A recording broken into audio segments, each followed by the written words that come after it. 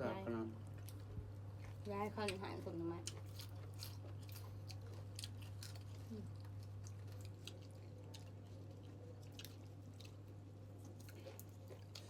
กลับไปอยู่บ้านไป15 มื้อฮู้ว่า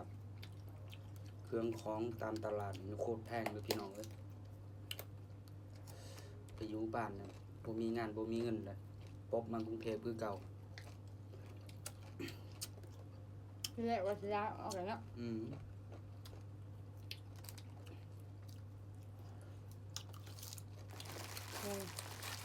มึงไงเห็นลูกกินหลายเนาะ คนลาวเขานี่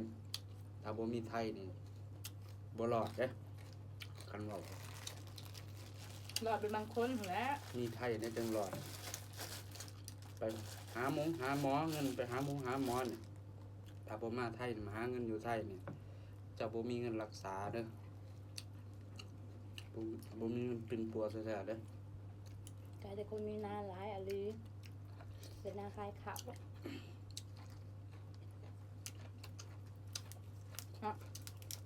ทราบว่าไปเลาะเบิ่งตามหมู่บ้านสังเกตบางเฮือนหลังใหญ่ๆนั่นแหละเงินกรุงเทพกรุงไทยนะหาได้เก็บเงินสร้างเฮือนสร้างบ้านเขาน่ะเก่งอยู่เลยก็ไปหาจังได๋เนาะ เขาบอกเอาเมีย หึ เขาบอกเอาเมีย ก็อยู่กรุงเทพมา10 กว่าปียังบ่ได้สำเขาเด็กน้อยรุ่นใหม่มาเดี๋ยวนี้หาเงินเก่งมาปีหนึ่ง2 ปีก็จะได้เฮือนแล้ว ขายห้ำเลยและ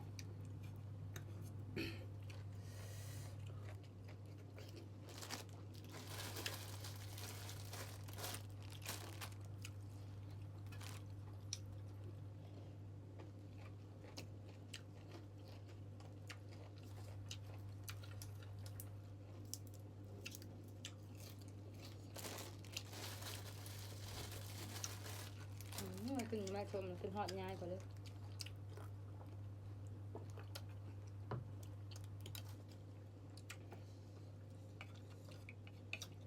ซอยจุ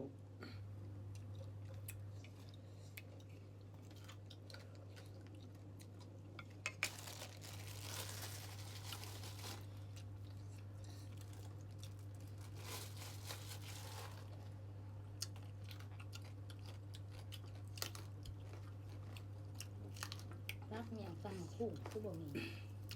ใช่ รักเมียงตำมะคุ้ง ตำหุงบ่